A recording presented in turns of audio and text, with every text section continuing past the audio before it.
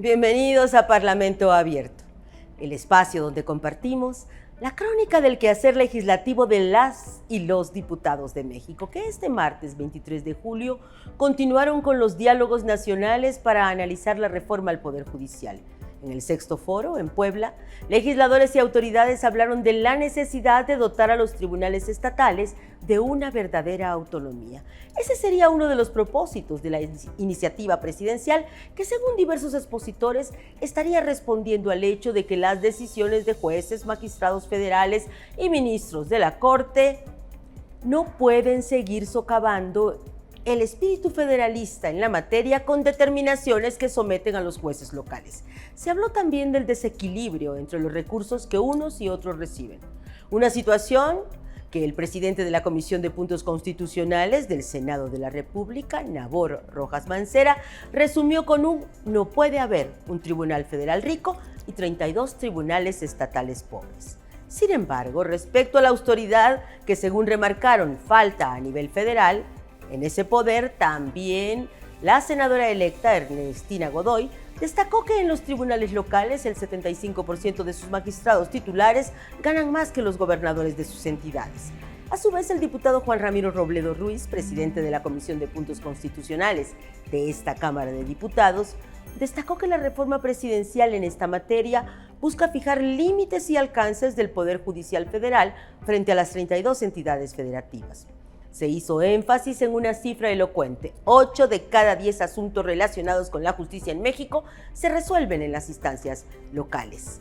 Y se planteó que otro propósito de la reforma es el de ordenar cómo habrán de coordinarse los diversos tribunales de los estados, pues ahora los hay en materia civil, penal y en ocasiones también en materia administrativa con modalidades diversas.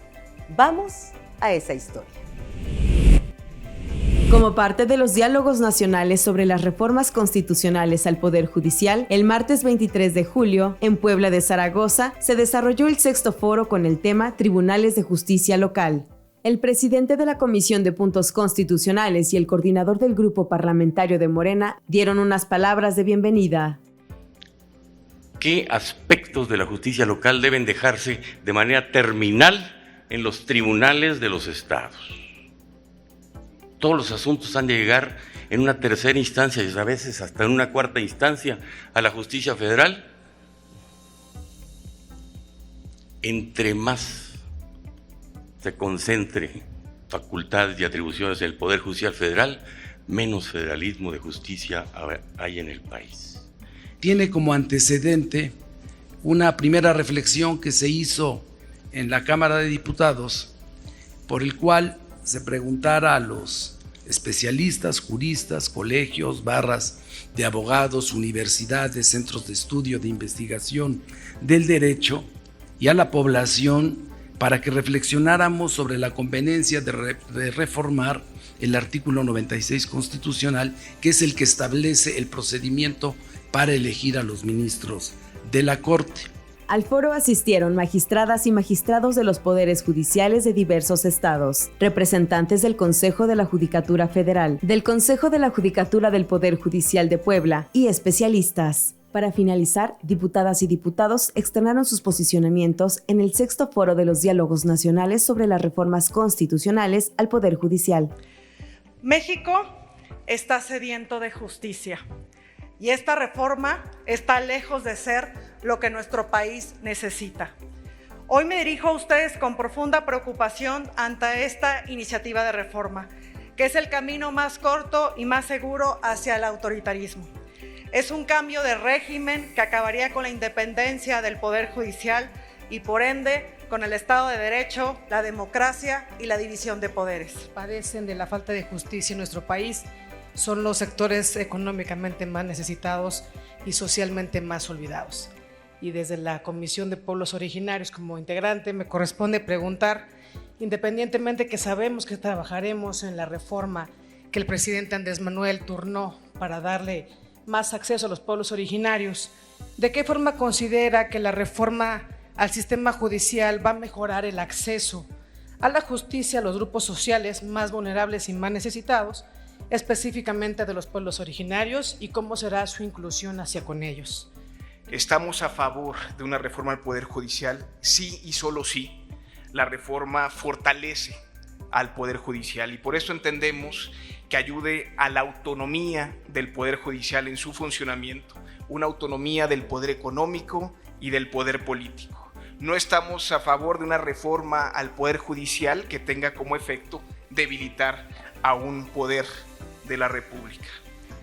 ¿Por qué le sorprende tanto entonces que el 2 de junio el pueblo hizo una determinación de que el Poder Judicial va a ser elegido por el pueblo mismo? Pues eso no está a discusión. O ir más lejos. Hay muchísima gente valiosa en el Poder Judicial, sin duda, pero fueron juzgados y sentenciados. Y el pueblo dijo, se debe elegir por el voto universal, secreto y directo al Poder Judicial. El miércoles 24 de julio, en la Comisión Permanente, sede del Poder Legislativo cuando las cámaras están en receso, rindieron protesta las y los magistrados que ahora ocupan los 25 espacios que estaban vacantes en las salas regionales del Tribunal Federal de Justicia Administrativa. Nombramientos para los próximos 10 años propuestos por el Ejecutivo Federal y ahora ratificados por el Congreso de la Unión con 24 votos a favor y 4 abstenciones. En esta sesión semanal se aprobaron además 7 dictámenes de igual número de puntos de acuerdo, como se le denomina en el lenguaje parlamentario a los exhortos que el Poder Legislativo realiza a otros poderes en cualquiera de sus niveles, así como a instancias del Estado mexicano, respecto a determinados problemas, con propuestas concretas para coadyuvar en sus soluciones. Destacó el llamado a la Secretaría de Educación Pública y a las Secretarías de Educación de todas las entidades a reforzar campañas de concientización sobre los peligros que implica para niñas, niños y adolescentes la realización de retos virales surgidos en redes sociales, invitando también a la Policía Cibernética Federal a reforzar patrullajes web que permitan detectar estas prácticas. Hubo un exhorto a las autoridades federales y estatales de salud para prevenir el sedentarismo desde temprana edad.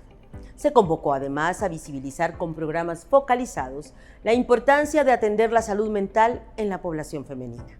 Otros exhortos fueron para la capacitación de personal de servicios en tanatología en unidades médicas y se insistió en la necesidad de prevenir desde el ámbito educativo respecto a la picadura del mosquito que transmite el dengue, particularmente en época de lluvias. Y en la agenda política se abordó la llamada sobre representación debido a que en agosto las instituciones electorales harán la asignación de curules que por la vía proporcional le corresponderán a las 7 bancadas de la 66ª legislatura. Vamos a esa historia. En la sesión de la Comisión Permanente del Congreso de la Unión del miércoles 24 de julio, diputadas y diputados hicieron comentarios en el apartado de agenda política con el tema La legítima y constitucional representación popular, acordado por la mesa directiva. En estos distritos, el pueblo de México se manifestó de manera masiva y contundente el apoyo incondicional a favor de 256 candidatos y candidatas a diputados federales de la coalición Juntos Hacemos Historia, lo que significa el 85% de las curules de mayoría relativa y 64 senadurías con el 50% de los escaños. Las proyecciones sesgadas establecen una posible distorsión de hasta 164 diputados, 33% de la integración total, con una subrepresentación de las fuerzas opositoras en conjunto del 16%, que se traduce en una sobrerepresentación, porque así se llama, del oficialismo del 16%, que quiere decir 81 diputados. El principio de representación proporcional utiliza el principio de pluralidad para integrar los órganos legislativos. Es un principio que busca 2 cosas.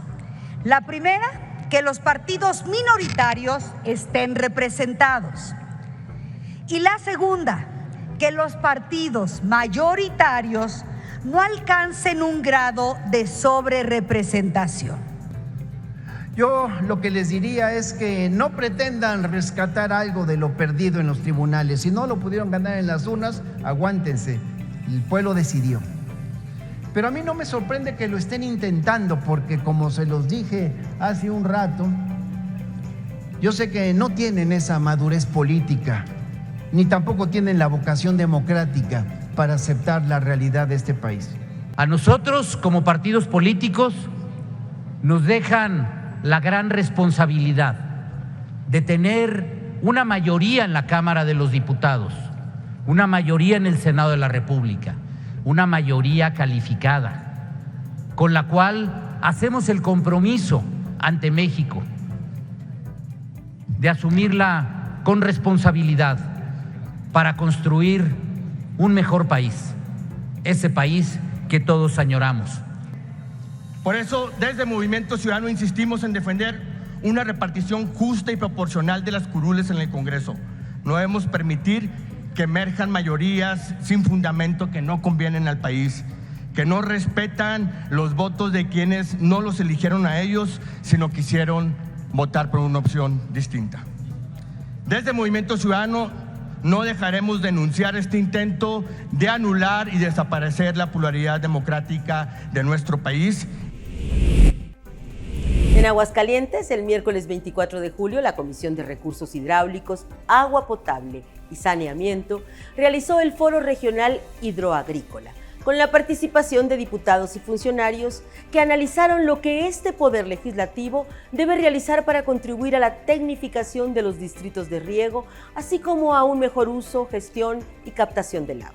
El presidente de la comisión, Rubén Gregorio Muñoz Álvarez, recordó que el Congreso debe cumplir el mandato de la Suprema Corte de Justicia de la Nación, expidiéndola a un pendiente Ley General de Aguas. Este foro forma parte de la ruta establecida, en este caso, para conocer el ejemplo de la entidad donde se ha logrado utilizar las aguas residuales para la producción agrícola, un desafío que debe atenderse en el resto de las 3.961 plantas de tratamiento del país. El intercambio de posturas, propuestas y experiencias permitió destacar las tareas que esta Cámara le ha solicitado atender a la Comisión Nacional del Agua, la CONAGUA, en lo respectivo al desasolve de presas y bordos, con la participación de los 3 órganos de gobierno. Se reseñaron las iniciativas propuestas para cumplir con el pendiente de la Corte a fin de reglamentar el derecho humano al agua potable, lo cual implicaría, en el caso mexicano, garantizar la profesionalización de los organismos operadores de los sistemas correspondientes. Se habló también de los principios rectores que debería contener esa regulación secundaria: disponibilidad, calidad, accesibilidad, establecimiento de una cantidad mínima de agua por persona, entre otros aspectos. Pero como un derecho también genera obligaciones, se dijo que esa ley tendría además que ser impulsora de una cultura del buen uso de este recurso.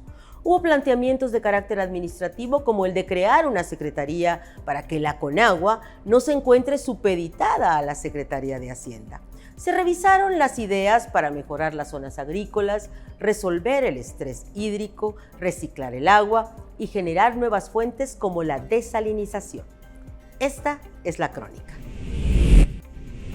La Comisión de Recursos Hidráulicos, Agua Potable y Saneamiento llevó a cabo el miércoles 24 de julio el Foro Regional Hidroagrícola en Aguascalientes, donde diputados, funcionarios y especialistas analizaron temas como la tecnificación de los distritos de riego, el uso y captación del líquido y la gestión estratégica. El presidente de la Comisión de Recursos Hidráulicos, Agua Potable y Saneamiento, Rubén Gregorio Muñoz Álvarez, mencionó que la instancia legislativa trabaja para cumplir con el mandato de la Suprema Corte de Justicia de la Nación para expedir la Ley General de Aguas, por lo que se ha presentado un cronograma y un resumen de las iniciativas de la ley en la materia. La agenda de energías renovables. Nos han planteado los alcaldes la necesidad de subsidiar a los organismos operadores en sus tarifas eléctricas. Y la otra alternativa es aprovechar el fideicomiso de ahorro de energía que actualmente tiene la Comisión Federal de Electricidad para poder contar con los programas de sustitución energética a través de los sistemas de paneles solares con baterías de almacenamiento. El diputado Héctor Irineo Mares Cosío refirió que el hecho de que la Conagua esté supeditada a las Secretarías de Hacienda y Crédito Público, de Medio Ambiente y Recursos Naturales y a la Procuraduría Federal de Protección al Ambiente, la limita. Y si sectores como es educación, que también es fundamental, tienen su secretaría, como es salud, el trabajo, pues no veo por qué no. Y quiero aprovechar la presencia del maestro José Luis Luege para que nos ilustre en la medida de lo posible sobre el por qué sí debería ser porque lo platicamos, la Secretaría del Agua, y que no nos venga Hacienda con que tiene impacto presupuestal.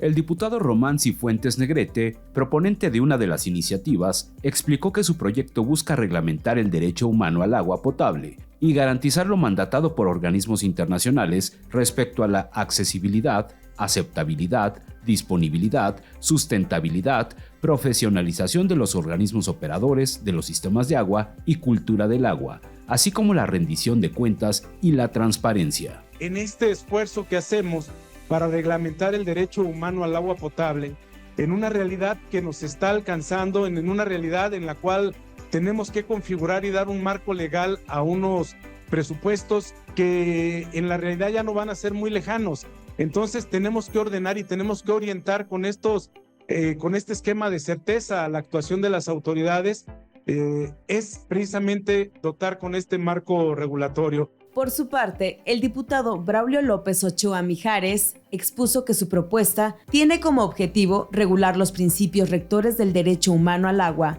la disponibilidad, calidad, accesibilidad, el acceso a la información, establecer una cantidad mínima de agua por persona, emitir una declaración de emergencia ante una crisis hídrica, la necesidad de establecer esquemas de financiamiento y estipular sanciones e impulsar la denuncia popular. Creo que hay mucho por hacer. Algunas de estas cuestiones van también más ligadas a política pública, a un tema de presupuesto, pero creo que podríamos hacer mandatos desde la modificación de la ley y que empiecen a encaminar por este sentido la regulación del agua. Quisiera hacer, participar a los compañeros, trabajamos en un documento, yo sé que la comisión en su trabajo técnico también lo hace, de las similitudes y diferencias entre las distintas propuestas de iniciativa que ayude justo a este trabajo. El jueves 25 de julio, la Comisión de Puntos Constitucionales de esta Cámara aprobó el calendario que de 1 al 23 de agosto desahogará para ir dictaminando las iniciativas que el Ejecutivo Federal envió el 5 de febrero. El acuerdo, aprobado por Morena, Partido del Trabajo, Partido Verde Ecologista, Revolucionario Institucional y Movimiento Ciudadano, aclara que en el proceso de dictaminación no se revisarán ni se aprobarán las reservas, es decir, las propuestas de modificaciones a los decretos.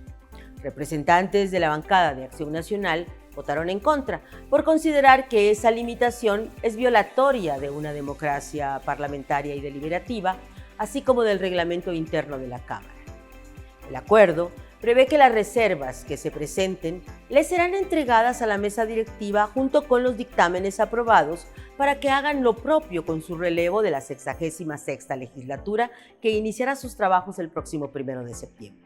De manera que las propuestas de modificaciones que se desahogarán en el Pleno serán para la próxima legislatura. El presidente de la Comisión de Puntos Constitucionales, Juan Ramiro Robledo Ruiz, informó que entre el 1 y el 23 de agosto podrían aprobarse 14 iniciativas. Detalló que el día 15, con las conclusiones de los diálogos nacionales que todavía se están realizando sobre la reforma judicial, se buscaría presentar un proyecto de dictamen, a fin que el día 22 de agosto se pueda discutir. El calendario aprobado iniciará con los artículos 3, 4, 5, 27, 73 y 123 de la Constitución para concretar la aprobación de 9 dictámenes de reformas en materia de apoyo a jóvenes, pensión, salarios, vivienda, agua, alimentos, protección al medio ambiente, atención médica, bienestar, protección y salud a los animales. Del calendario de sesiones de la Comisión de Puntos Constitucionales destaca el día 9 de agosto, cuando quedará listo el dictamen de reforma del artículo 2 en materia de pueblos y comunidades indígenas y afromexicanos. Vamos a esa crónica. La Junta Directiva de la Comisión de Puntos Constitucionales aprobó el jueves 25 de julio el acuerdo sobre las reuniones para discutir y aprobar los proyectos de dictamen correspondientes a las iniciativas de modificación constitucional presentadas por el Ejecutivo Federal el 5 de febrero de 2024 y por integrantes de la 65ª legislatura. Al respecto, el presidente de la Comisión de Puntos Constitucionales, Juan Ramiro Robledo Ruiz, explicó que a partir del 1 de agosto y hasta el 23 de agosto se podrán discutir 14 iniciativas, y el 15 de agosto, después de recopilar las conclusiones de los diálogos nacionales sobre la reforma judicial, se logrará presentar un proyecto de dictamen, a fin de que el 22 de agosto se pueda discutir. Posteriormente, los legisladores dieron sus posicionamientos. Solicitar que el día 9 de agosto se votara este dictamen y por lo tanto manifestar mi preocupación que primero se enlista la modificación a los artículos 3, 4 y 73 que tiene que ver con protección y los derechos y cuidado de en materia de protección y cuidado animal, y en el número 14 lamentablemente se enlista la modificación al artículo 2 constitucional, es decir, se reconoce todavía mucho más antes los derechos de los animales que los derechos de los pueblos indígenas. Es la falta de claridad de la calendarización para la discusión de estos temas. Si bien tenemos 18 dictámenes que pretenden ser aprobados, no se le presenta a esta Junta Directiva ni a la Comisión en el Pleno un calendario en donde la ciudadanía tenga claro qué día se va a discutir qué tema. Y eso representa una falta absoluta de transparencia. ¿Por qué? Porque pareciera entonces que los temas quieren ser abordados a través de albazos, en donde la gente tenga que estar pendiente inmediatamente para saber qué tema es el que va a seguir. Y no se trata de romper ninguna tradición legislativa ni de un intento golpista. Se trata simplemente de señalar las deficiencias en un acuerdo que de fondo y de forma no cumple con el reglamento de la Cámara de Diputados. Desde luego que hay asuntos muy importantes en materia de jóvenes, de pensiones, de salud, de seguridad, y hay temas que en el PRI vemos con simpatía y que seguramente estaremos votando a favor en el Pleno, porque creemos que el diálogo y el consenso es la vía para generar mejores condiciones de vida para las y los mexicanos. El procedimiento legislativo se ha planteado darle curso a todas estas iniciativas presentadas por el compañero presidente López Obrador, que por cierto no tenemos litigio en la inmensa mayoría. Yo reviso que habrá si acaso 5 donde pueda haber debate. Entonces, yo creo que hay que plantear, se va a instalar en sesión permanente la comisión, ahí se va a ir acordando qué iniciativas se van presentando. Este acuerdo, esta reunión de la comisión se circunscribe en un contexto importante, digamos, y digamos con circunstancias muy particulares. Está la transición justo de un ejecutivo a otro, de un poder ejecutivo a otro, pero también una transición de una legislatura a otra. Creo que esto es una cuestión que impacta, digamos, en este proceso. Esto también decirlo que está dentro de una discusión de la configuración de la nueva legislatura. Está la discusión de la sobrerepresentación a la cual han aludido ya varios compañeros. Hasta aquí nuestra emisión semanal de Parlamento Abierto. Gracias por acompañarnos a esta crónica del quehacer legislativo de las y los diputados de México. Hasta la próxima.